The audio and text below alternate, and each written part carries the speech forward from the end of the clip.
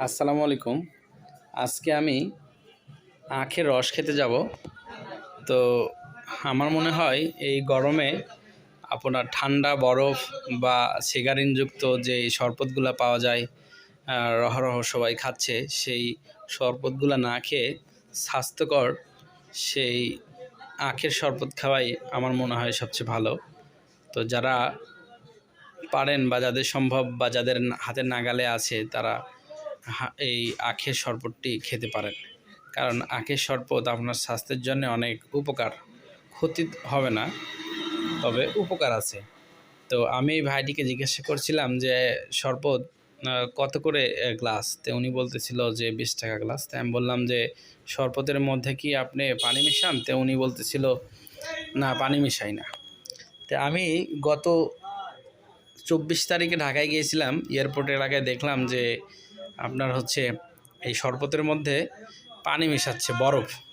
মানে এক jug শরবতে half jug দেখা যাচ্ছে বরফ বা ঠান্ডা পানি মেশানো হচ্ছে। তো ওই শরবতটি বিক্রি করা বা ওনার কি বৈধ হচ্ছে কি না আপনারাই বলবেন, আমাকে কমেন্টে জানাবেন। তে ওই শরবত খেতেও ভালো না, ওভাবে কাজও করবে না। তো আপনারা যারা এই আখের শরবত খাবেন তারা অবশ্যই খাওয়ার আগে দেখে নেবেন যে আপনাকে পানি মিশ দিচ্ছে কি না। তো উনি বলতেছিল যে না ভাই, আমি পানি মিশ দিই না, আমার যদি লস হয়, লাভ না হয়, তাহলে আমি ব্যবসা করব না, তো আমি পানি মিশ দেবো না। তো এই ভাইটি অনেক ভালো, সে হালালভাবে ব্যবসা করতেছে। খেয়ে খুব ভালো লেগেছে আমার। তো আলহামদুলিল্লাহ, ওনাকে বলতে চাই যে আপনি এইভাবেই সারা জীবন ব্যবসা করেন, এর চেয়ে অনেক উন্নতি করেন আপনি ভাই। আপনি হালাল পথে থাকেন, হালালভাবে রোজগার করেন। তে মার্শাল্লাহ, উনি খুব ভালো, যা দেখলাম, যা বুঝলাম, যেভাবে রস বিক্রি করতেছে।